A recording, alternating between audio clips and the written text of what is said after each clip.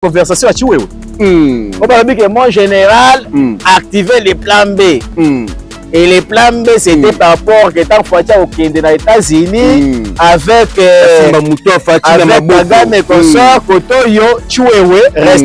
Mais ça allait être le pire des choses qui pouvaient se passer. Tant que vous planifiez un coup d'état na bango, bazo tena mutu retour ya coup d'état. Est-ce que alinga kabeta coup d'état solo ndenge na yoki na munoko ya député national ndeko Eliezer Alobi il y a peuple simanaï et on ne fait pas jamais un coup d'état et pas il y a un chef que le peuple aime. Même vision, même les alliés.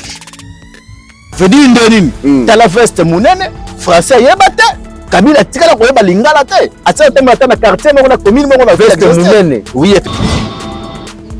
Mais pour na oka penza obi la témoin mbala lelaka obi ta to so pouvoir oyo et puis lit to sala pour la pouvoir oyo na kati ya IDPS ozo mona oyo na ba risque to zo na mboka oyo des fois to zo ba inconscienté beta bilo bango balingi que chef de l'état tika bango na ba liberté oyo ko isaki Mobutu les généraux vendaient des armes ABC général Mayele est-ce que bazoya mais la bité mokonzi ba communal bango oui mais tu mais o asali rébellion ko na esa nanga pasteur et bongo siko on attend siko c'est pour cela que on a plan C il y a bambongo na ba chole simana wana et j'avais reçu la mission de pouvoir donner la nationalité et les noms ndeko sénateur à messieurs qui Kanambe, comme avait dit, il donner le nom de Joseph Kabila. Et après dans les prestations à serment 2006, et puis Kabangi après. Et puis vous comprenez un peu la suite. Tant que c'est prof. Général Tio Azolo Babi, Azana Batumi Bali ou Akoiko trahir Tena Mokili. Mutaliboso Nzambe. Emi bale fati beto mopato na ko kende na mukuse pona ko yebisa okay est-ce que zali je moko boye salami wana et bati pa kotika la pour comprendre pour technique. Kagame était officier à niveau ya Uganda et pas à Museveni avec une formation de recruteur bango bagenda États-Unis agenda kuna beta boule pour ko beta coup d'état par Abieremana on avait convoqué au niveau États-Unis na kacha Maison Blanche par rapport que le bakeno ndenge zali wana. N'hésitez pas à liker la vidéo si elle vous plaît et si vous êtes nouveau sur la chaîne, n'oubliez pas de vous abonner et d'activer la notification pour ne rater aucune de nos prochaines vidéos. Bonjour, bonsoir peuple congolais, bonjour, bonsoir Imboka, bonjour, bonsoir diaspora, bonjour, bonsoir Batunyo Sobolanda Rabiso Nakata Moutom télévision, chaîne ya vite chaîne actualité. Merci beaucoup Nabato Bozuli Bako Kolanda tableau politique bandi. Beaucoup boss abonner zali chaîne Nabiso Esika, boss abonner, beau commenter, beau partager. Pour ça la bien ma case Nakati ya Moutom télévision, chaîne ya vite chaîne actualité. Actualité n'oblige sur l'actualité politique qui a beaucoup d'abus, l'actualité est tellement ébélée sur la par rapport à la tentative et à coup d'état et l'obami mingi sur la paix par rapport à propos il y a cardinal Ambongo sur la propos il y a pasteur Nabiso papa Nabiso Godin Poyi sur la paix par rapport il y a propos Nendenga Lobaki nazanga moko tazana sénateur debout toko betene biloko na kati ya beta blogo politique mais avant de kota sénateur debout na kati émission beta blogo politique tika na vani sa DG na kombo ya Pichu Mutombo papa social zolanda biso na kati ya résidence na sima caméra lotus qualité na qualité image na image pourquoi pas na ngambo ya Suisse na moni mon vieux adossé na maître Sengi qui na sent toujours motomoko bien bikabakaba to sur la par rapport à l'actualité politique en boko na biso tous les coups sont permis sur nos alliés qu'on a l'autiste Kotissa sénateur debout na quatre émission beta bloco politique. Merci beaucoup Montréal déjà to ici sénateur debout na bana déjà na bonjour sénateur bonne santé. Oh ndeko journaliste beta biloko yo nanga migolo vraiment olingo tika ngate kena kotika ondenge nini donc ici le taba matière est belé mbote gaga mais santé za kitoko te. Na ibisaka yoka mbala ke santé à sénateur debout ezaka bien ezaka mabe tant nazo mona chef de l'état garant de la nation mokonzi ya mboka na ngai ndenge azaleli c'est ça l'état de ma santé à moi. Est-ce que mokonzi ya mboka zo bela Bon, mokonzi mboka na minute oyo alokola ndoko aneti robot. Atelemeli siko bato akangi ba porte ya banguna déjà ça tindi bango libanda siko ndoke comme belle la porte ndenge nini. So makota so ezate. So béton asi donc omoni kombo ya béton, fati béton. Donc musala na yango nde bandi nde siko.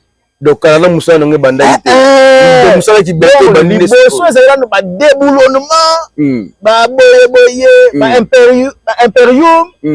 Sikoyo komi sikoyo béton nde akomosala musala. Béton nde akomosala musala maloba ya sénateur debout to kotono na ndeko journaliste mais nako banda boité na sénateur debout na mutu ya bato. Il faut d'abord papa na biso Nixon Nzinga, papa social Nixon Nzinga. Donc veut dire que Funda Mobimba, plus de 250 jeunes de l'IDPS partis au pouvoir, a suivi bango en charge bazo sala université Ofele. Ya Ofele.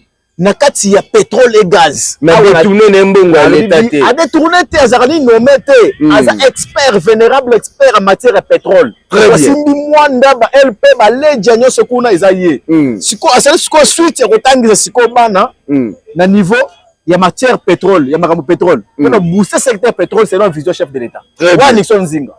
Na pesi mbote pa mama mokonzi ya mboka. Na pesi pe mbote pa ya yemoko yemei mama oza pepe na mokonzi mboka do mama Denise mama social mama Denise wa do première dame mboka na biso makambo nyonso na bango na fera pesa mbote makasi et puis sans oublier mon président cellulaire Verdol Ibobe président cellulaire ya Matonge 3. Très bien. Merci beaucoup ndeko sénateur. Pourquoi pas to kota déjà to fungola biloko oyo. Bon maintenant on va voler boss abonné. Biloko bandi boss abonné. Sénateur debout. Boni ba santé ya général Chiwewe. Est-ce que bandika ko sekamba moko boy. Boni no ba santé ya général Chiwewe. Est-ce que alingaki abeta coup d'état solo ndenge na yoki na munoko ya député national ndeko Eliezer alobi ete ndeko Chiwewe alobi ayebisi Kabila ke mutu ya ndeko Félix eza na maboko na ngai wana ndeko Eliezer ndenge uti c'est loba audio ndenge lobi. Est-ce que beto no bilo papo ya dossier oyoyo ya ndeko Chiwewe tentative de coup d'état pona Fati Beto Mukwatombo? Bon, ndeko journaliste bete biloko mo ntango zo otunanga motuna wana nazana posa kolela. Mais kolela na oka penza oyebi temo mbala lela. Oyebi ta to zo pouvoir oyo et puis lit to sala pona pouvoir oyo na kati ya IDPS ozo mona oyo na ba risque to zo na mboka oyo des fois to zo ba inconscienté. Des fois tout moko ba sala biloko moko bo na kati ya mboka oyo. Des fois, il y a des biso pouvoir pouvoir de rébellion te. Et ça pouvoir ba martyr ba to kufa na mboka o. Très bien. Donc et ça pouvoir moko boye ba to ko sala ngo ba jie moko boye ya pamba de to kango wana te. Donc si ce n'était pas le chef de l'état Fati Beton te na mitu na biso ba combattant de to pesa boye. A cette to luka pesa mutu na et pas na ye. Quelle que soit sécurité aux ana yango. Beta biloko sénateur. Comme na mutu pas na ye na. Na zo ya biso ya pesa solo parce que makambo ngo komo ko mettre biso ba tension. Pouvoir à sacrifice. C'est une violation à domicile. Hein? Non. Mais imaginez-vous de l'histoire de Soweto. Très bien. Nous ne sommes pas là pour Namagambo ya Pampambate. On ne badine jamais avec le pouvoir d'un fils d'un nationaliste du pays. C'est lui qui est là avec une mission de pouvoir établir de l'ordre de la paix dans une république comme la nôtre. Beta biloko. Bango balingi que chef de l'état tike bango. Na ba liberté oyo ko isaki Mobutu les généraux vendaient des armes ABC général Mayele est-ce que bazoya Mayele habité mokonzi ba komina toujours la répétition des choses. Très bien. Donc Chiwewe azalaki ayebaki ke bor na ya betaki kala na kati ya kanchat le projet na et que kozalaka faut ça na technique ya pouvoir. Aza Mouto, a outa école du parti, comme moi. Moi aussi, je vais de l'école du parti. Merci, Wazali, pasteur, de sénateur, malin, mais aux oppositions micro, magé, Oza na tanda mingi toke beta bloc. Na lobi boye. Mais tu mais ouais, ça les rébellions qu'on a na ça nanga ya nani? pasteur. Et bongo siko. Toi na temps siko, c'est pour cela que on a plan C. Il y a bambongo na ba chole. Simba na wana. Simba na ko talo wana te. Tokende. Bambongo no ko simba te to ya. Omoni général Chiwewe. Aza 4 étoiles. 4 étoiles wana zuango na ta fachi.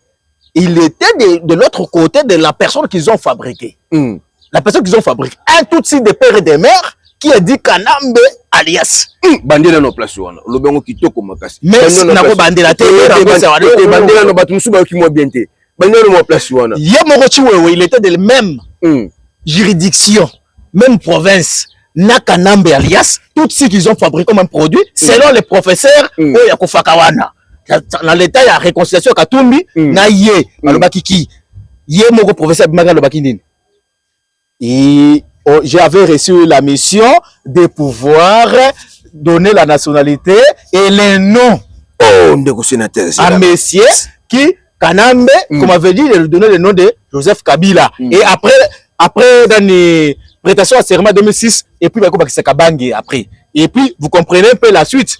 Tant que le professeur a bété qui Borwan a kufa le roi Kingo Kumwanza, c'est lui qui était les doyens, les pionniers de notre parti, l'UDPS que vous connaissez. Alors, ce sont de dire au moins les choses parce que tu as été négligé, c'est un produit qui a été négligé par Mouton Bango fabriqué qui n'a qu'à direction de la province de Bango. Les gens ont eu 4 étoiles dans ces pays avec le pouvoir de l'UDPS. Donc, il doit maintenant dire que non, Moutou ya Félix, il doit faire de ce qu'il veut parce que confiance. Chef de l'État fait sa confiance pas mbaté, chef de l'État fait sa confiance avec contrôle. Bakatange bazo silika. Non, Bakatange basilika. Ils sont Bakatange basilika. Les Katange bazo silika, ce sont les Katange infiltrés. Bazo kindoki ya batutsi. Les vrais Katange, les vrais notables du Katanga sont pour le Congo. Ils ne sont pas ni pour la vision de Moïse Tshombe de sécession, ils ne sont même pas pour, toi disant que pour le combat Koulanda, le Messé Katumbi et les consorts Wanate. Ndeko sénateur, oubike, bazong sibisu ba vidéo ya kalandenge général Chiwewe azolo babi, azana batumi bale oya ko trahir te na mokili. Mutaliboso nzambe yami bale fachi beto mokwato. Na ko kende na mukuse pona ko yebisa okay, est-ce que zali je moko boye salami wana ye batika kotikala pour comprendre pour technique ya ko diriger Fouati te. Fouati a na intelligence oyo ya ba angelo. Ana mayele ya nzambe. Vous comprendre? Mayele ya nzambe. Mayele ya nzambe. Intelligence ya ba angelo. C'est pour cela dès la prise du pouvoir du retournement n'acta des martyrs à Bela Kolo Yesu Kitayo Moko. Kamba, ce n'est pas parti. Les gens doivent très bien comprendre. Quand Kabila dirigeait le pays, ce n'est pas Kabila qui dirigeait le Congo, c'est Kagame qui dirigeait le Congo. Très bien, Betablo. Mais ndeko sénateur. Ndeko sénateur Malembe. Malembe bayimboka bazolanda yo magoza na kandami. Ozokoyesaka micro. Ozokoyesaka micro Malembe. C'était Kagame dans notre C'était Kagame. Nous avons réussi décolonisation dans Mboga Nabiso. Première colonisation, exact colonisation belge au Biso Soyeba. Mais si lika wanate. Et si lika wanate. Oh, catholique et kokota na kati ya banja, tout ça biora bongo beti la politique la bango. Et si lika wanate. Na 1997 avec entrée à Afdel. Très bien. Toi kozwa sikoyo Musée le roi des Kabila, le nom de Kabila qui entre au Congo, c'était la nouvelle colonisation rwandaise. Et cela, ça doit être inscrit. Ça doit être inscrit dans l'archive Yamboka. Parce que nous avons reçu un président 100% Tutsi de père et de mère. Que son nom, son histoire, son origine, tout ça, et la récuse de la nationalité qui a été toujours quelque chose de formé, fabriqué. Jusqu'à ce que Bolanda, qui député Mokobo, à niveau de l'Union européenne, un député belge avait dit, à un certain moment, nous étions partis chercher un petit bonhomme pour que nous allons fabriquer, manipuler, pour qu'il soit à la tête de nos intérêts au niveau de la République démocratique du Congo. Et c'était Kabila. Sénateur. Écoutez, Kabila a côté le pouvoir comme Inos Bindega côté la musique. Oh. À son entrée. Même Nzoto, même Elateli, même Vision, même Ezaleli. Je dis une t'as la veste mounene, français yebate, Kabila tika la koyeba lingala te. Atia te na quartier moko na commune moko na ville. Oui, effectivement, je sais. Oui, effectivement. C'est pour cela la diplomatie ça qui zéro baba to Zamba. Il na Kagame. Kagame était officier na niveau ya Uganda et pas ya Museveni avec une formation ba recruter bango ba États-Unis akenda kuna beta bull pour ko beta coup d'état pas à Bieremana pour on avait convoqué au niveau des États-Unis na kacha Maison Blanche par rapport que le bakeno ndenge sali wana yo nani Clinton yo Bieremana vanda to pesa ba compte bancaire ndako yango yo famille na tout ça tika passe pour na Kagame.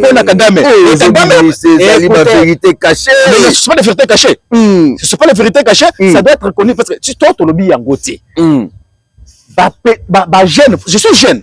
Je suis capable d'accepter l'offre du gouverneur Batindara Libanda Mboka na grande puissance de Lambo Kakota Samindele grande conférence sur ce que dit l'histoire du Congo. Très bien. Toko dans nos dossiers accord réseau Lobama mingi accord. Bravo mingi na maman na biso ministre affaires étrangères na PC Mbouti passe Azali. Mais l'accord oyo bato belé bazolo belé yango.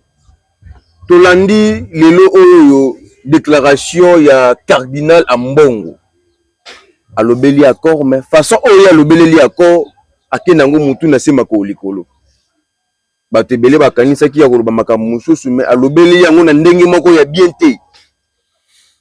Olandaki discours na ye ya nani ya cardinal Ambongo yo tout oyita na tunyo ki ya nani ya cardinal Ambongo donc comment perdre ba origine na ye yango so moi na tunyo ya nani ya cardinal Ambongo na landaki yango état que sénateur debout tant olandi discours wana place ni omoni ya malamu na place ni omoni ya mabe ndeko Francis Bete Biloko les grands journalistes ngala benga ko les grands journalistes parce que na vision de Kende. Très bien. Ouais mais esika moko oyo peza photo kende peza photo to koma na linko yebiso ke plan C plan B te mais C te plan B ezaki na kati ya conversation ya chiwewe on va dire que mon général activer les plans B et les plans B c'était par rapport que tant fois au Kende na États-Unis avec Kagame consort Kotoyo Chiwewe reste mais ça allait être le pire des choses qui pouvaient se passer. Tant que planifier ba coup d'état na bango bazo tia na mutu retour ya coup d'état ti retour coup d'état c'est le peuple qui aime les chefs. Les chefs de l'état Fachi Beto Azana 98% il y a peuple simanaï. Et on ne fait pas jamais un coup d'état et pas il y a un chef que le peuple aime. Le corps de bateau armé, les généraux de consort, mes propos m'engagent. Parce qu'on a comprendre que comment est-ce que nous allons faire le coup d'état. C'est quel moment que nous allons faire le coup d'état. Et les Congo comme le Congo, dans le Fachi Beto, ça c'est le coup d'état. Aux Amakasi, les cas d'élection.